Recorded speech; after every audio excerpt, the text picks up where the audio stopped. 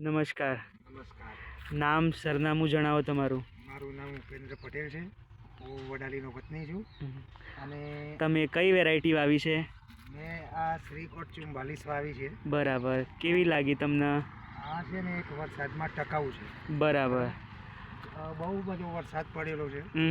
આમાં પાણી પણ ભરાઈ રહ્યા છે. બરાબર. છતાં પણ અંદરની જે આ સુકાવાની કોઈ પણ એક પણ ડોકો સુકાવાનો નથી. બરાબર. અને આ વર્ષે ગ્રીનરી છે. અને આ વર્ષે વરસાદ કેટલો પડ્યો તમારા વિસ્તારમાં? મારા વિસ્તારમાં બહુ બધો વરસાદ પડેલો છે. બરાબર. હજી સુધી લોકોના કપાસ છે તે સુકારાઓ આવી ગયા છે. પણ આ કપાસની અંદર એક પણ ડોકો સુકાયેલો જોવા મળતો. અને ફાટ કેવી છે? અને એની ફાટ ક્લિયર છે. બરાબર. એનું રૂ પણ વજનમાં દેખાય છે. બરાબર. અને એમાં ચૂસિયાનું પ્રમાણ પણ ઓછું છે.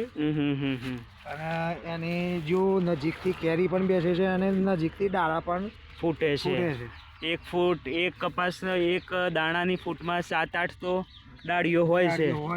બરાબર. એક ડાળી પર કમસે કમ નથી કે થતું 15, 20, 25 કેરી. 20 માની લઈએ તો 8 ડાળી છે તો 8 દો 16, 160 કેરી તો એમને થઈ જાય છે. બરાબર. અને હજુ પણ જો ચાલુ જ છે. ફ્લાવરિંગ ચાલુ જ છે. ફ્લાવરિંગ ચાલુ છે. કેરી બેસવાની ચાલુ છે. બરાબર. ગુલાબી ઈયળનો કોઈ અટેક નથી. લોકોને ખેતરમાં ગુલાબી ઈયળનો ટચિંગ ચાલુ જ થઈ ગયું છે અત્યારે. મારી કપાસની અંદર એક પણ ઈયળ દેખાતી નથી. બરાબર.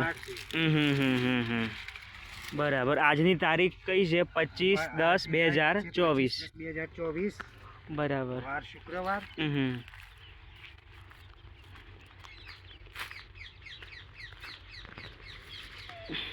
હાલ ખેતરની અંદર એવી ક્વોલિટી થઈ ગઈ છે કે બહુ પણ મુશ્કેલ પડી જાય છે.